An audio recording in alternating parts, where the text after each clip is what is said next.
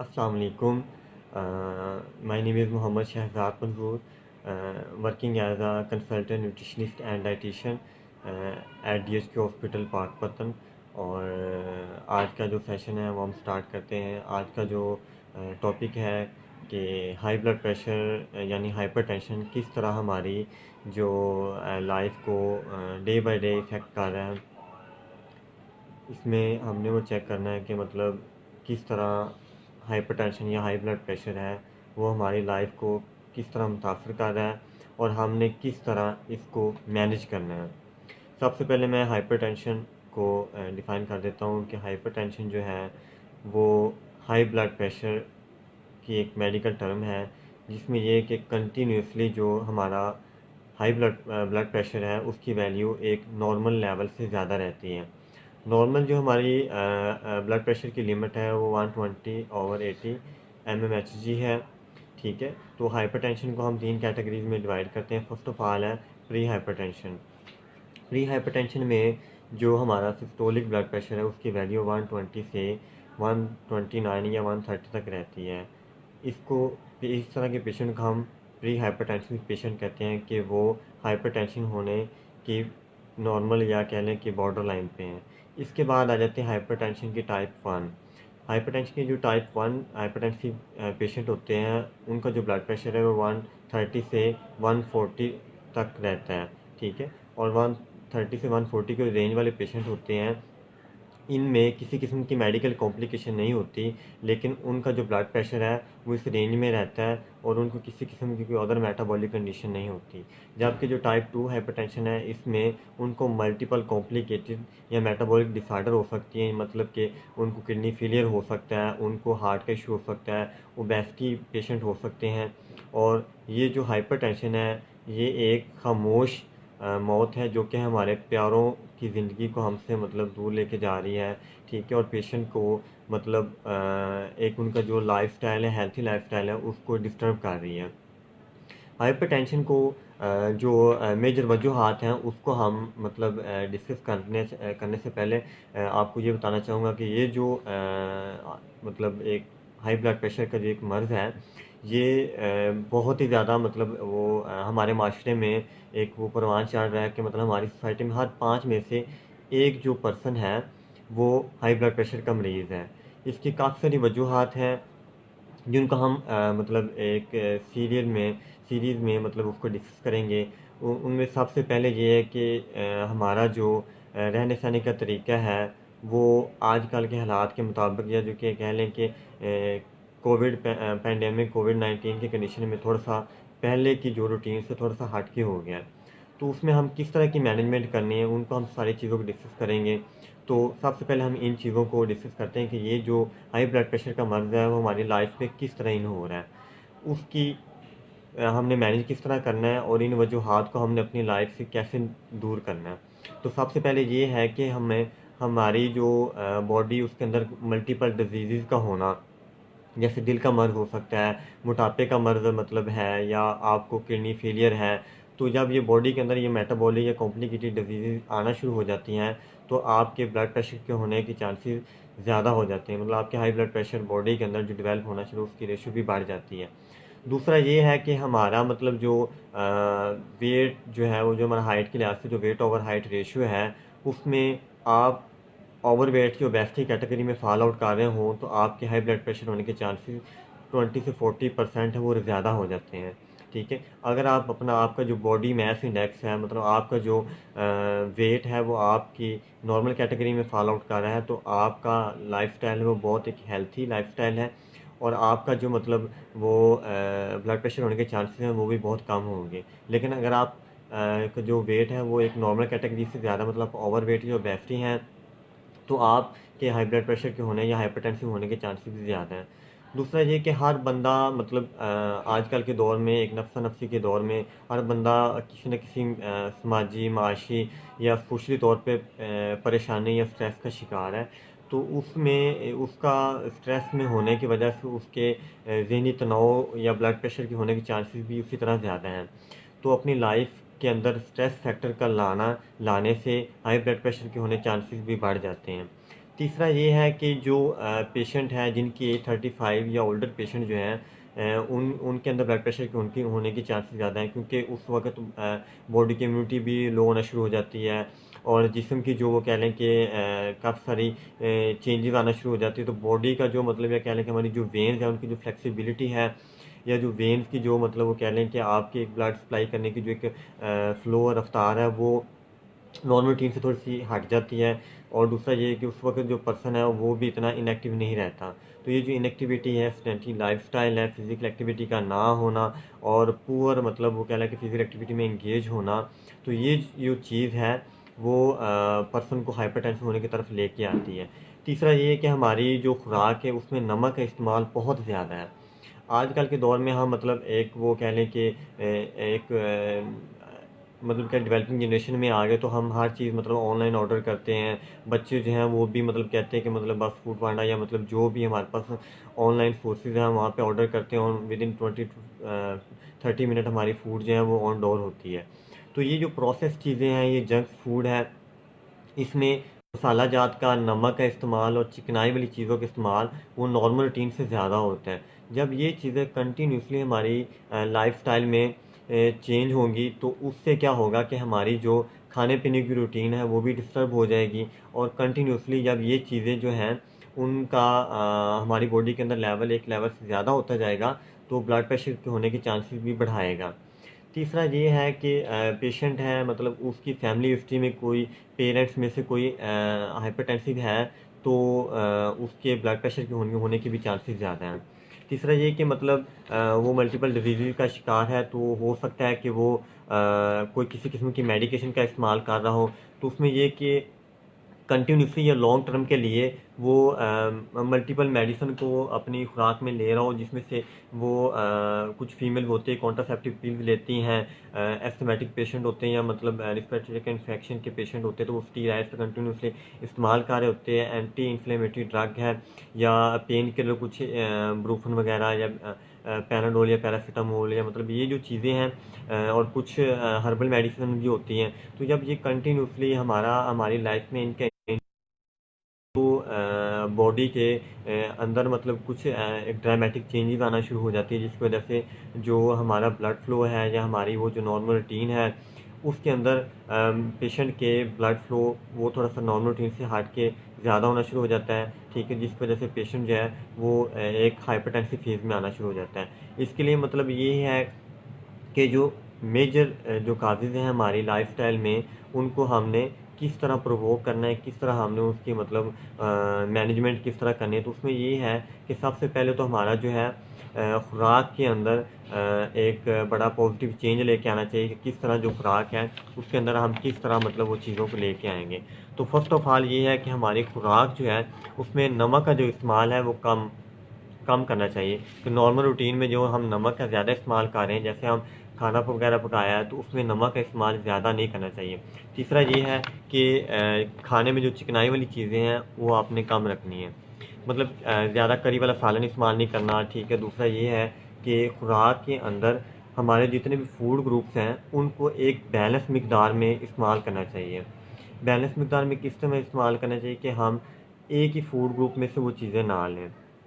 Multiple food groups में से हमारे लिए जो चीज़ें ब्लड प्रेशर को कम करने में मदद देती है हम वो फूड सोर्सेज का इस्तेमाल करें, ना कि वो चीज़ें इस्तेमाल करें जो हमारे ब्लड प्रेशर की कंडीशन को वर्स कर रही हों। तो हमारी जो जितनी भी खुराक की वैरायटीज़ हैं उनमें से हमारे पास प्लेंटी ऑफ फूड्स हैं जो हमारे ब्लड प्रेशर को कम करने के लिए हेल्पफुल हैं। तो सबसे पहले ये है कि हमारे पास ऐसी जो फूड हैं जो ब्लड प्रेशर को कम करने में मदद देती हैं, वो है potassium rich and rich food. तो सबसे पहले मैं आप बताऊंगा सब्जियां कौन सी हैं, हमारे पास सब्जियां कौन सी जो ब्लड प्रेशर को कम करने में मदद देती हैं। उसमें से है सबसे पहले पालक। हम अपनी खुराक में पालक इस्तेमाल ज़्यादा कर सकते हैं, बंद गोभी का इस्तेमाल ज़्यादा कर सकते हैं। ये जो चीज़ें हैं ये पोटाशियम एंड रिच हैं। पोटाशियम का इंटेक हमारी डाइट में जितना ज़्यादा होता जाएगा, ब्लड प्रेशर की जो सेचुरेशन है या ब्लड प्रेशर की जो लेवल है वो भी कम आता मतलब कम होना।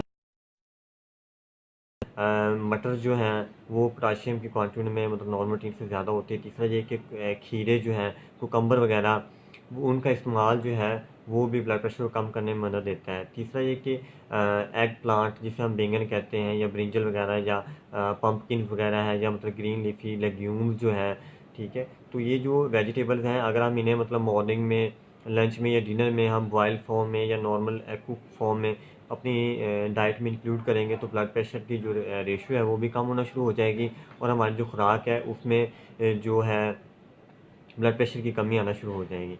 तीसरा ये कि हमारे जो लाइफस्टाइल में हमारी जो एक्सरसाइज की रूटीन है, अगर हम पूरा दिन में 20 से 30 मिनट वॉक करेंगे तो हमारे ब्लड प्रेशर का जो वॉल्यूम है, या मतलब कह लें कि अगर ब्लड प्रेशर जो है 130 से 140 या 140 प्लस रह रहा है, तो हम अगर डेली 10 से 20 मिनट वॉक कर रहे हैं तो हमारे ब्लड प्रेशर में 4 to 9 mmHg की वैल्यू उसके डाउन होने के चांसेस भी ज़्यादा हैं, ठीक है। तो कुछ वेजिटेबल, कुछ फ्रूट्स और कुछ हम अपने लाइफस्टाइल मॉडिफिकेशन को फॉलो करते हुए, फिजिकल एक्टिविटी को अपनी लाइफस्टाइल में इन करते हुए हम हाइपरटेंशन जैसी एक जो साइलेंट किलर जो मतलब कंसिडर की जाती है, उससे हम अपनी लाइफ को बेहतर कर सकते हैं। तो वेजिटेबल के मैंने डिस्कस कर दिया कि हमारी कुछ वेजिटेबल्स हैं, अगर हम इनको अपनी लाइफ में शामिल करेंगे तो ब्लड प्रेशर के चांसेस जो हैं वो भी कम कर सकते हैं। सेकेंडली ये कि हम जो हमारे हैं हम उसमें फ्रूट की सर्विंग को भी ऐड कर दें तो हमारे जो ब्लड प्रेशर होने के जो चांसेस हैं वो भी कम हो सकते हैं। तो सबसे पहले जो जिसमें मतलब जो फ्रूट है जिसमें पोटाशियम की क्वांटिटी ज़्यादा मतलब कंसिडर की जाती है, उसमें हमारे पास है एवोकाडो। एवोकाडो जो है उसमें 15% जो है वो पोटाशियम होता है, ठीक है। और मतलब एवोकाडो, उसके बाद गावा आ जाता है, ठीक है। उसके अलावा हमारे पास जो बनाना है उसमें 11% पोटाशियम होता है, ठीक है। उसके बाद हमारे पास एप्रीकोट है, उसमें 9% पोटाशियम है। ऑरेंजेस का इस्तेमाल हम कर सकते हैं, कीवी फ्रूट हम अपनी जो डाइट उसमें इस्तेमाल कर सकते हैं, अनार का इस्तेमाल कर सकते हैं। चेरीज आजकल बहुत में, और अगर इसका जो हम अपनी डाइट में इंक्लूजन करेंगे तो हाइपरटेंशन जैसे जो डिजीज़ है उससे हम प्रिवेंट कर सकते हैं। दूसरा ये कि हम अपनी डाइट में ड्राइड फ्रूट जो है, ड्राइड एप्रीकोट जो है, प्लम वगैरह, रेजन्स वगैरह, किशमिश या मतलब जो हमारी नॉर्मल फोगी वगैरह जो होती है, अगर हम इसका जो इंटेक अपनी डाइट में करेंगे तो हम हमारे जो हाइपरटेंशन होने के चांसेस हैं वो भी मतलब जो है वो कम हो जाएंगे। तीसरा ये कि हम अगर फ्रूट वाली चीज़ों को लेके चलें तो हम उसमें लेमनेड इस्तेमाल कर सकते हैं, हम उसमें मेथी का जो वाटर है मतलब मेथी वाला जो पानी है उसका हम इस्तेमाल कर सकते हैं, लेमनेड का इस्तेमाल कर सकते हैं, जो कच्ची लस्सी है वो इस्तेमाल कर सकते हैं। लेकिन इसमें नमक की जो क्वांटिटी है वो ना होने के बराबर या नमक के बगैर इस्तेमाल करें तो वो बेहतर है। तीसरा ये कि लेमन जूस, ऑरेंज जूस जो है उसका हम इस्तेमाल कर सकते हैं, प्रून जूसेस ले सकते हैं, एप्रीकॉट जूसेस हैं वो ले सकते हैं। तीसरा ये कि हमारी डेली लाइफ में जो पानी का इस्तेमाल है वो 6 to 8 गिलास होना चाहिए। अगर इससे ज़्यादा कर लें, 2 लीटर से ज़्यादा पानी पियेंगे तो जो हमारी वेन्स हैं उनको मतलब जो ब्लड उनमें से जो गुजर है उसको थोड़ा सा डाइल्यूट करेगा, तो ब्लड की जो कंसिस्टेंसी है, थिकनेस है वो कम हो जाएगी, तो ब्लड फ्लो है जो वो नॉर्मल हो जाएगा। मोस्टली जब जो ब्लड थिकनेस जो हमारी चिकनाई वाली चीज़ें हम अपनी खुराक में ज़्यादा ले लेते हैं तो ब्लड में जो फैट का पोर्शन है वो ज़्यादा बढ़ जाता है, जिसकी वजह से जो वेन्स हैं वहाँ पे जो कह रहे हैं कि हमारी जो वेन्स है वहाँ पे चिकनाई जो है वो जमा होना शुरू हो जाती है, जिसकी वजह से ब्लड की जो पास आउट होने की जो स्पेस है वो कम रह जाती है, तो ब्लड जो है वो तेज़ होके वहाँ से पास आउट होता है। तो कोशिश करें कि हमारी खुराक जो है उसके अंदर से ये चिकनाई वाली जितनी भी चीज़ें हैं इनको हमने कम मतलब वो रखना है। तीसरा ये है कि हमारी जो खुराक है उसमें फ़ाइबर का इस्तेमाल ज़्यादा करना चाहिए, जैसे कि हमारी खुराक जो है उसमें होल ग्रेन सीरियल उसका इस्तेमाल ज़्यादा करें, वेजिटेबल और फ्रूट्स का। जैसे कि मैंने वेजिटेबल के सोर्सेज और फ्रूट के सोर्सेज का पहले डिस्कस किया कि ये जो चीज़ें हैं वो हमारी खुराक में कंपलसरी होनी चाहिए। ये जो खुराक वाली मतलब हमारी बेस्ट डाइट जो चीज़ है वो बहुत उसका मेजर रोल है हमारे किसी भी डिजीज़ कंडीशन को कम करने में। पानी के इस्तेमाल मैंने बता दिया कि 8 से 10 गिलास या 12 गिलास जो डेली पानी पीने से ब्लड प्रेशर की जो वो एक कंडीशन है उसको कम किया जा सकता है। डेली 20 से 30 मिनट वॉक करें तो 4 to 9 mmHg की जो रेशियो है उसको हम कर सकते हैं। अपनी डाइट में चिकनाई का इस्तेमाल कम करें, जंक फूड से परहेज़ करें, नमक का इस्तेमाल जितना कम हो सकता उसको करें।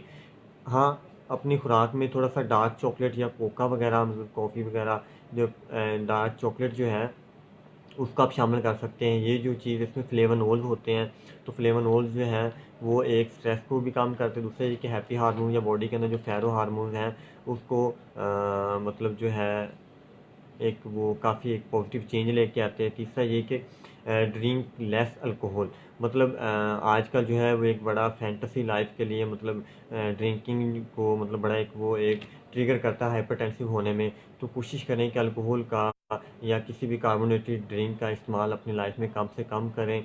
और स्मोकिंग को प्रोहिबिट करना चाहिए, क्योंकि स्मोकिंग जो है वो हमारी जो ब्लड की वेन्स हैं उनको हार्ड कर देता है, उनमें रफनेस लेके आता है, जिसकी वजह से हमारा जो नॉर्मल ब्लड फ्लो है उसकी जो रवानी है वो मुतासर होती है, और जो ब्लड प्रेशर के होने के चांसेस भी ज़्यादा हैं। और पेशेंट अगर कंटिन्यूसली पेशेंट का ब्लड प्रेशर ज़्यादा रह रहा है तो उसके हाइपरटेंशन होने के चांसेस भी ज़्यादा हैं।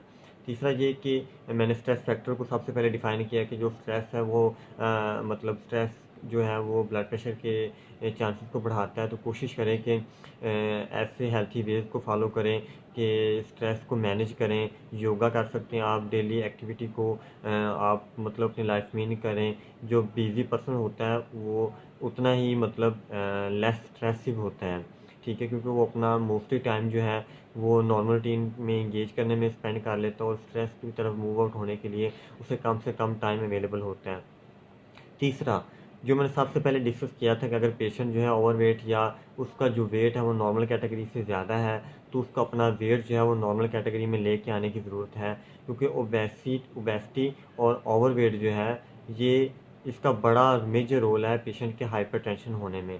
जितना पेशेंट का वेट ज़्यादा है उसके दिल के मसले और ब्लड प्रेशर के मसले और इसके अलावा और दूसरी मेटाबॉलिक डिसऑर्डर हैं वो उतना ही ज़्यादा पेशेंट को है वो इजीली ट्रैप कर सकती हैं कि वो पेशेंट जो है वो इजीली हाई ब्लड प्रेशर का मरीज़ हो जाए।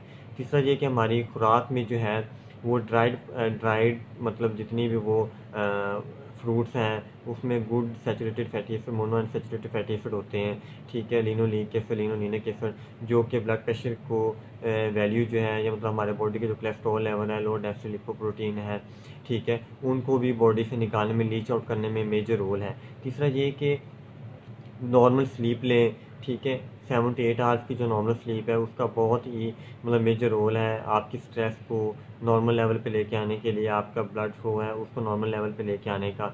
और हमारी जो खुराक है उसमें मैग्नीशियम एनरिच फूड लेनी चाहिए, पोटाशियम एनरिच फूड लेनी चाहिए, ठीक है, और सोडियम की रिस्ट्रिक्शन करनी चाहिए, चिकनाई वाली चीज़ें कम से कम इस्तेमाल करनी चाहिए। तीसरा ये कि अगर मतलब ये कंटिन्यूसली ब्लड प्रेशर जो है वो राइज़ अप रह रहा है, ठीक है, और अपनी खुराक के साथ साथ जो मेडिसिन है उसको भी अपनी मतलब वो एक नॉर्मल रूटीन में रखें, ठीक है, और आहिस्ता आहिस्ता फिर जब खुराक आपकी मतलब वो कह लें कि बेहतर होती जा रही है तो मेडिसिन को कट ऑफ करते जाएं, क्योंकि डाइट जो है वो किसी भी डिजीज़ को कम करने में बहुत मेजर रोल अदा करती है। हेल्थी लाइफ को फॉलो करो, बैलेंस डाइट जो है उसका आपकी लाइफ में होना बहुत ज़रूरी है। तीसरा ये है कि अपनी लाइफ में स्ट्रेस फैक्टर को कम करें और स्मोकिंग और अल्कोहल का इस्तेमाल कम से कम करें। फिज़िकल एक्टिविटी है उसको अपनी लाइफ में फ़ॉलो करें, ठीक है। जब हम कंटिन्यूसली थोड़ा सा हेल्थी लाइफ को फॉलो करेंगे तो जितनी भी बॉडी के अंदर बीमारियां हैं उसकी रेशो भी कम होना शुरू हो जाएगी, ठीक है। ये था हमारा आज का मतलब सेशन था कि ब्लड प्रेशर को हमने अपनी लाइफ में किस तरह मतलब वो कम करना है और ब्लड प्रेशर किस तरह हमारी लाइफ को इफ़ेक्ट कर रहा है, ठीक है। तो नेक्स्ट वीक इंशाल्लाह मतलब एक नए टॉपिक के साथ प्रेजेंट होंगे। तब तक के लिए अपना ख्याल रखिएगा। अल्लाह हाफिज़।